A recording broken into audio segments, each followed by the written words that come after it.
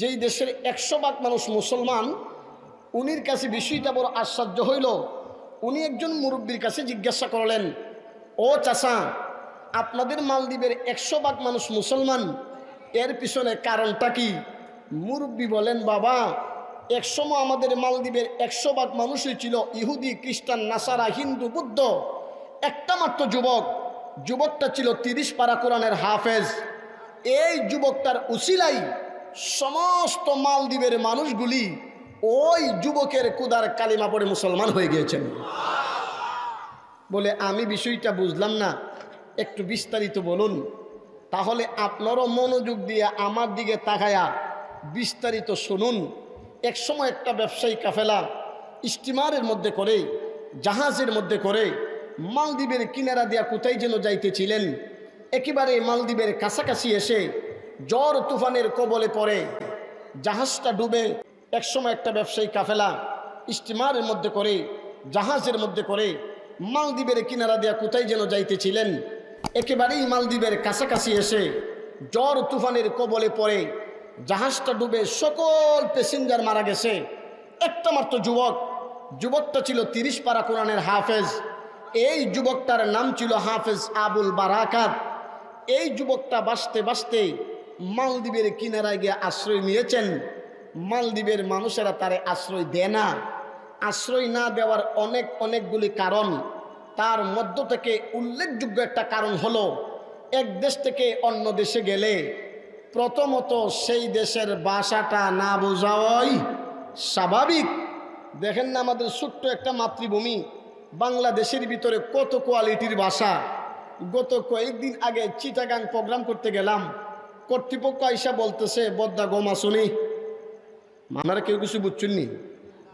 না বুঝা থাকলে বলবেন মাফ চাই, আমার কাছে গমও নাই, আডাও নাই। সে আইসা বলতেছে, হুজুর, আপনি তো অনেক দূর থেকে কষ্ট করে আসলেন, আপনি ভালো আছেননি। বদ্দা গমা শুনি এর অর্থ হইল আপনি ভালো আছেননি। বাংলাদেশের একটা বিভাগের নাম সিলেট, ওইখানে গেলে আরেক ক্যাটাগরির ভাষা। কিতারে বা দেখতে তো বালা মানুষের ফুয়া ওই লাগে, কিন্তু খামটা তো বালা না। কথা হল ঠিকই না? বাংলাদেশের আরেকটা জেলার নাম মোমেন শাহী, আপনাদের কাছাকাছি, ওইখানে গেলে আরেক ক্যাটাগরির ভাষা। কয়েকটা মার বাম ফাটাইল বাম সিনই আওহাইন বৌহাইন খাওহাইন। এই কথা বলার আমার মূল উদ্দেশ্য হলো, আমাদের ছোট্ট একটা মাতৃভূমি বাংলাদেশের ভিতরে যদি ভাষার এত পরিবর্তন হইতে পারে, এক দেশ থেকে অন্য দেশে গেলে প্রথমত সেই দেশের ভাষাটা না বোঝাই স্বাভাবিক।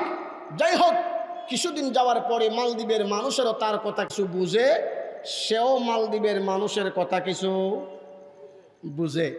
তখন মালদ্বীপের একজন বিধবা মহিলা তাকে আশ্রয় দিয়েছেন। সাধারণত আমাদের পুরুষ থেকে মা বোনদের দয়া মায়া একটু কম না বেশি? দিন যাইতেছে রাত পোহাইতেছে, দিন যাইতেছে রাত পোহাইতেছে। হঠাৎ করে হাফেজ আবুল বারাকাত একদিন গড় আইসা দেখলেন, যেই মহিলাটা তাকে আশ্রয় দিয়েছেন, এই মহিলাটা ঘরের একটা কোনায় বসে জোর করে কাঁদতেছেন। বাইরে কিছু কান্না আছে আনন্দের, আবার কিছু কান্না আছে বেদনার। কথা বলেন ঠিক কিনা? আপনার সন্তান 5 বছর পরে সৌদি আরব থেকে আসছে, আপনার সন্তানটারে দেখার সাথে সাথে গলার মধ্যে ধরে একটা কান্নাকাটি শুরু হয় কি হয় না? এটা কি বেদনার কান্না না আনন্দের কান্না? আনন্দের কান্না। আপনার বাড়ি মাদারগঞ্জ, আপনি গেলেন মেলান্দ, গিয়া দেখলেন একজন অপরিচিত মানুষ, তার কোনো আত্মীয় স্বজন মারা গেছে, সে কাঁদতেছে। তার কান্দা দেখে অটোমেটিক আপনার চোখ দিয়ে পানি আসে। এটা কি আনন্দের কান্না না বেদনার কান্না? হাফেজ আবুল বারাকাত বুঝলেন মহিলারা যে কাঁদতেছেন এটা আনন্দের কোনো কান্না নয়, বেদনার কান্না। জিজ্ঞাসা করলেন, ও চাচি, আপনি কেন কান্দেন? বলে, বাবা, আমার কাদার পিছনে কারণ হইল, আমার ঘরে যে একটা মেয়ে আছে, ওই মেয়েটার আগামী কালকে মৃত্যু নিশ্চিত। আশ্চর্য ব্যাপার। কুল্লু নাফসিন যায়কাতুল মাউত, মানুষ তো মরণশীল, একদিন মরবেই। আগামীকালকে যে আপনার মেয়েটা মরবে, এটা আপনি কেমনে জানলেন?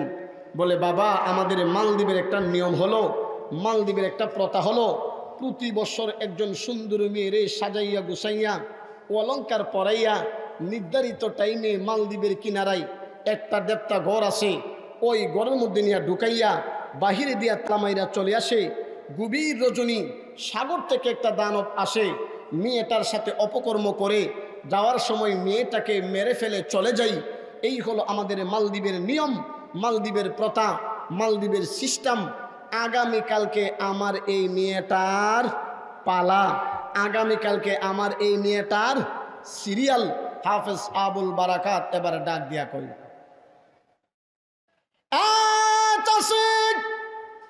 আপনার কানতে হবে না গো চাষি, আপনার কানতে হবে না, আপনি কান্না বন্ধ করেন। ও চাষি, আপনি আমার উপকার করেছেন, আমিও আপনার একটু উপকার করতে চাই। আমাদের গ্রাম্য ভাষায় একটা প্রবাদ বাক্য আছে, যার নুন খাও তার গুণ গাও, না গাইলে তুমি নিমুখ হারাম। বলে কি উপকার? ও চাষি, আমি নওজোয়ান যুবক, এখন পর্যন্ত আমার দাড়ি মুস্কি চুটে নাই। আপনার মেয়েটাকে লুকাইয়া আমাকে শাড়ি অলংকার পরাইয়া পুলিশের হাতে তুলে দেন। মহিলা বলেন, বাবা না না, এটা কি করে সম্ভব? তুমি হইলা মুসাফির, আমাদের মেহমান। না গো চাষি, না না, আমি আমার মন থেকে বলতেছি, আপনার মেয়েটাকে লুকাইয়া আমাকে শাড়ি অলংকার পরাইয়া নির্ধারিত টাইমে আপনি পুলিশের হাতে তুলে দেন। মুসলমান ভাইরা আমার, এবার মহিলার মেয়েটাকে লুকাইয়া হাফেজ আবুল বারাকাতের শাড়ি অলংকার পরাইয়া নির্ধারিত টাইমে পুলিশের হাতে তুলে দিলেন। পুলিশ মালদ্বীপের কিনারায় দেবতাগড়ের মধ্যে নিয়ে ঢুকাইয়া বাহির দিয়ে তালা মাইরা চলে আসলেন। গভীর রজনী, মালদ্বীপের সমস্ত মানুষ ঘুমের ঘরে মগ্ন। এমন সময় দেখতে পান সাগর থেকে একটা দানব পানিগুলি উসলাইয়া দেবতাগড়ের দিকে আসতেছে। হাফেজ আবুল বারাকাত এবার চিন্তায় পড়ে গেলেন, এই গভীর রজনীতে আমি এমন একটা ঘরের ভিতরে আবদ্ধ, যেই ঘরের বাহিরে দিয়া তালা মারা, বাহির হওয়ার কোনো সুযোগ নাই। প্রভু হে, এমন কোনো অস্ত্র আমার কাছে নাই যেই অস্ত্র দ্বারা আমি ওই দানবের মোকাবেলা করব।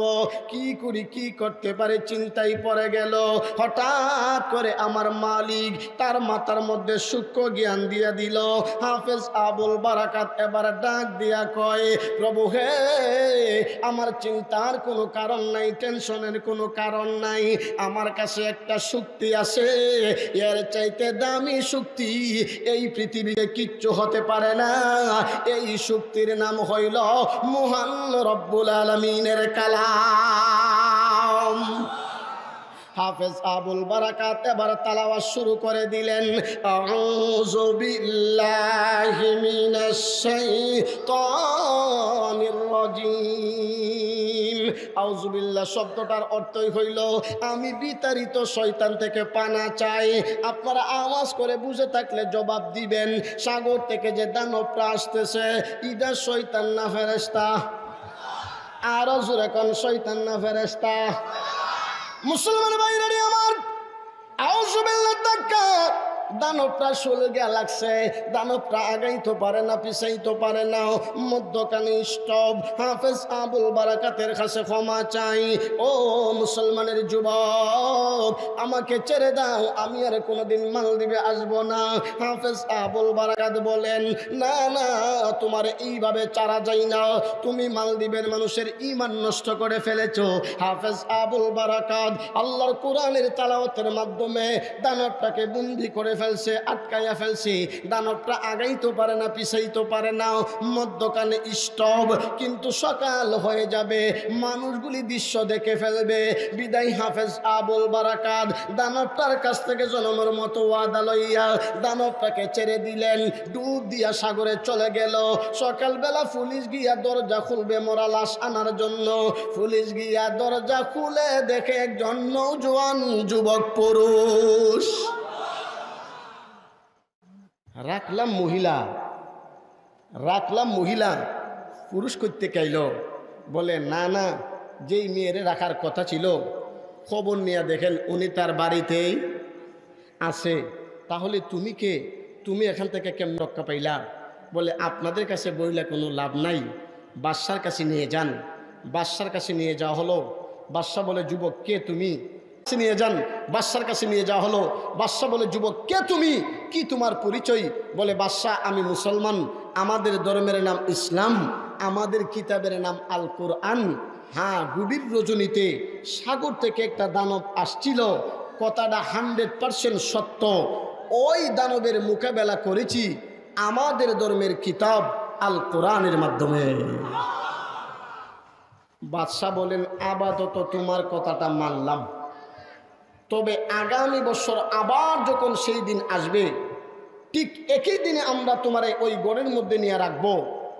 ওই বৎসরও যদি তুমি ওই গড় থেকে নিরাপদে বের হয়ে চলে আসতে পারো, আমি বাদশার ওয়াদা আমার দেশের সমস্ত মানুষ নিয়ে তোমার খুদার কালিমা পড়ে মুসলমান হয়ে যাবে। হাফেজ আবুল বারাকাতের মনটা আনন্দে আত্মহারা। কোন দিন আবার সেই দিন আসবে? আগামী বছর আবার যখন সেই দিন আসলো, হাফেজ আবুল বারাকাতের শাড়ি অলঙ্কার পরাইয়া নির্ধারিত টাইমে মালদ্বীপের কিনারায় দেবতাগড়ের মধ্যে নিয়ে বন্দি করে রাখলো।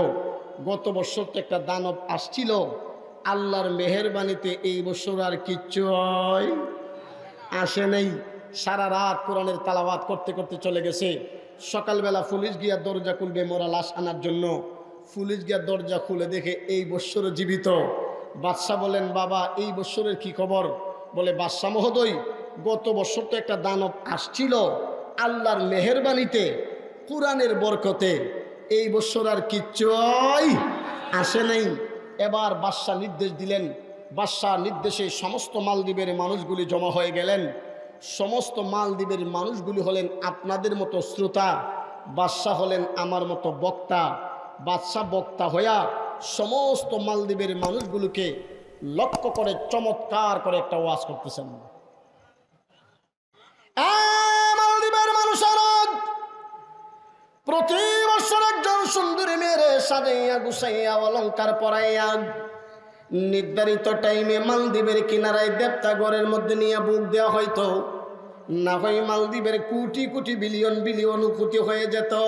একটা মাত্র যুবক, আবার সাধারণ কোনো যুবক না, 30 পারা কোরআনের হাফেজ আবুল বারাকাতের উসিলায় আমরা এত বড় ক্ষতি থেকে মুক্তি লাভ করতে পেরেছি। বলো বলো যুবকের ধর্ম তোমরা গ্রহণ করবা কি না?